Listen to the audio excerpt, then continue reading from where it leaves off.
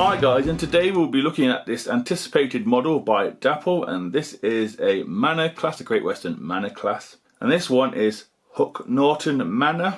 Its BR number is 7823 and it's BR lined black, small, early crest on the tender. The product code for this is 4S-001-004.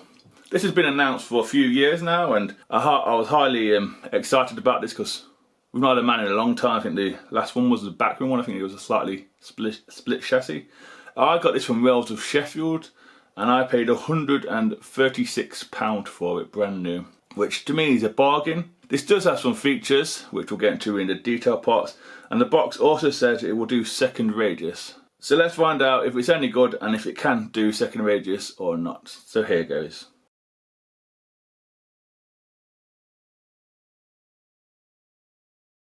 Starting off at the detail bag, you get two of these and they both are resealable. You also get some etched numbers for the cab side, which is a nice touch there by Dapol. You also get the iron or the tool to take off the smoke box door for the DCCing and chipping and all that sort of good stuff. You also get a speaker or a speaker holder, and you get some vacuum parts and air parts and stuff like that as well. Nothing's painted in there, but it is a nice touch with the etched nameplates. As we move on to the front of the locomotive now, the locomotive itself does have some iron to knock stuff off the tracks underneath. We also have the small tension lock coupler as well. We do have metal sprung buffers, like I said, they are sprung, a nice touch, a bit pointless in my opinion. We also have the buffer beam and housing in red with a few rivets, and we also have a hook in the centre too in black. And then we have a vacuum pipe, I believe it is as well. Moving on up, we have 3 lamp irons.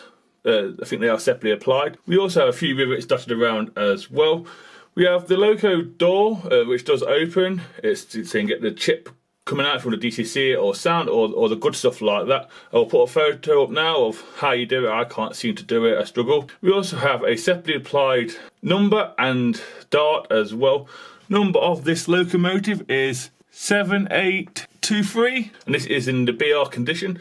We also have a shed code there as well. The shed code, I believe, is 84K, it's either Chester or Wrexham, if I got that correct. And then we have the copper chimney at the top, and there's a handrail going round the smoke box door as well.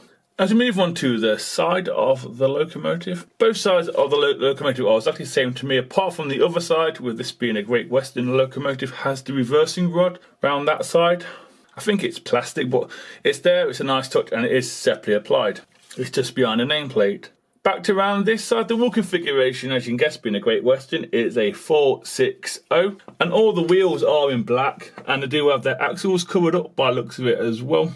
Not sure if they're plastic or metal casting, but they look the part to me in black anyway. We also have some lining on the cylinder. It's red and black and red. Again, we have the rods and stuff, which are metal, but I think the crank pin or something is plastic. The head that goes into the cylinder, it is plastic, but it is what it is. But it does look the part anyway. We also have a step underneath the cab. This being a Great Western, but it's in its BR livery, and this is BR lined black with red and black and red lining on the boiler bands, and everywhere you look as well. It's there, it looks wonderful in this livery. We do have some motion inside, or at least Dapol have gone that sort of trouble to do it. And you can also see the nameplate, which is Hook Norton Manor. It's in Oxfordshire, I believe. And we also have some gold or some sort of lining on the splashes. I think it's gold and red. We also have a fine handrail going along the boiler, all the way around the boiler actually. We also have some washout plugs as well. As we move on to the cab side, the cab side itself is lined. Again, I think it's white, black and red. We also have the number of the locomotive. Again, these are printed on. You do have some extras in the bag you get given with, and we have some gold around the windows too. Like I said before, there is a step as well, and we also have the route availability and a small handrail as well. As we move on to the part that most people look forward to in a review, especially a steam locomotive one, and that is the cab inside. And Dapol haven't let us down whatsoever with this cab. It's stunning. We have everything painted. I think the dials do have numbers on. I think the water gauge have fake water in them as it was. Very nice touch there by Dapol. We also see what side the driver is as well. I do believe I got this correct. It does have flickering firebox, but I don't know how well it is on analog. Hopefully there should be a video of it now popping up how bad my good mine is, depending on what it is. And then we do have a 4-plate as well at the back of the cab too. These glazing in there, like I said, as well.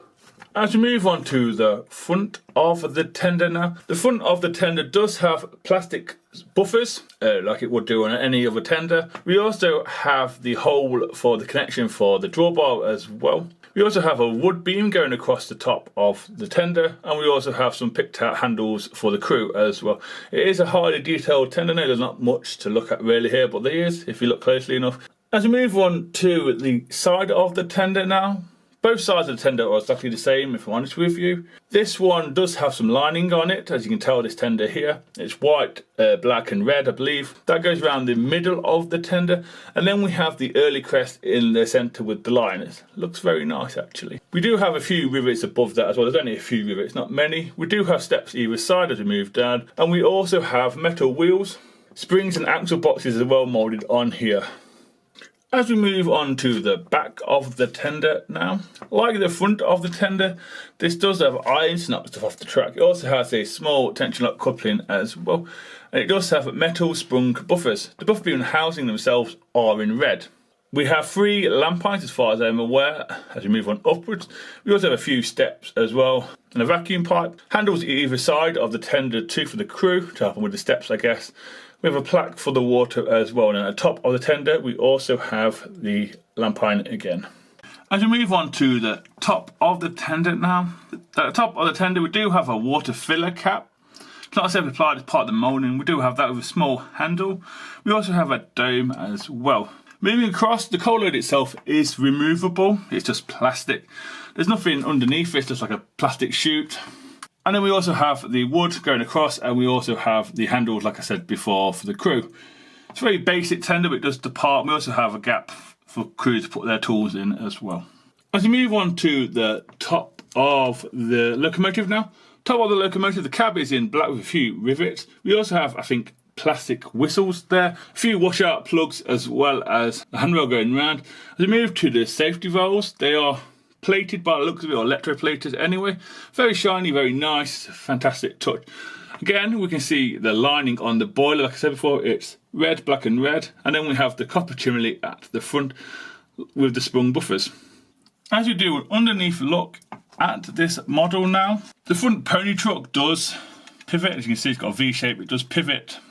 We also have the brake rigging already applied. There should be a picture now of how to take the base plate off. I think there's 6 screws to do it, and we do have bearings underneath there as well. I can't take the base plate off at this point in time because I'm in trouble with my hands.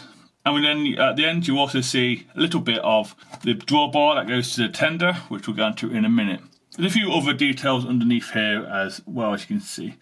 As we do an underneath look at the tender, we do have the brake rigging already applied like the loco. We also have metal wheels. We also have a water scoop as well. All of the tender wheels do pick up. Same with the locomotive, I believe that it's a 6 drive, and we also have pick up as well. And then we have the sprung buffers and the coupling as well. And finally, to connect the loco and tender, you just push it together and it should clip like so. It's pretty easy. And then you pull it to undo. It's pretty easy. It's a simple way, it does the trick for me, but I do prefer the way Hornby do it, it's better for me. But yeah, it's quite easy way to do it.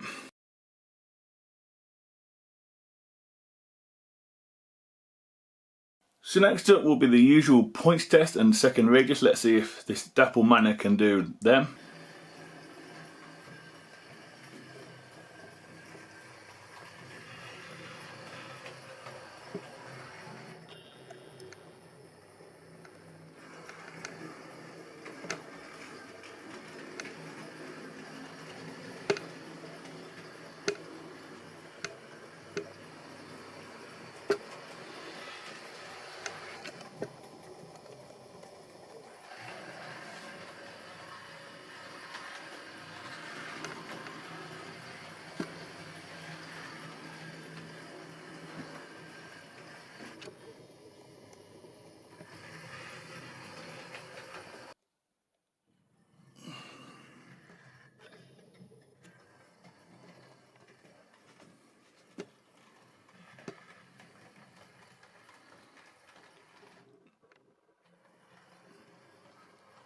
Not bad. What's that? 35.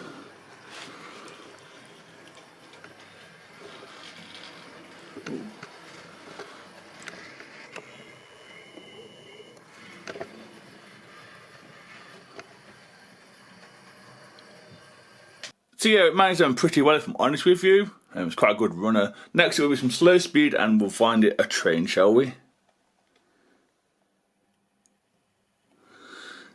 It's pretty good. What's that? 25, I think. Pretty good.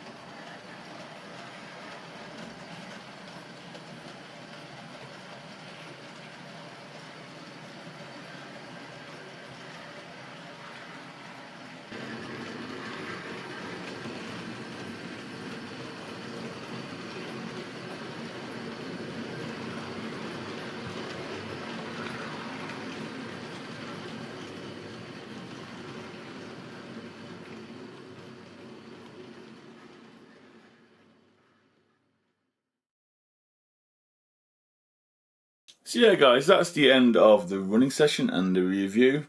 Before I give my opinion, I'll show you what it ran with, which you probably can guess. It was some mixed freight of all sorts there. I believe these were mixed traffic locomotive in the BR days, and seeing this is a BR livery, it's got quite a nice BR livery.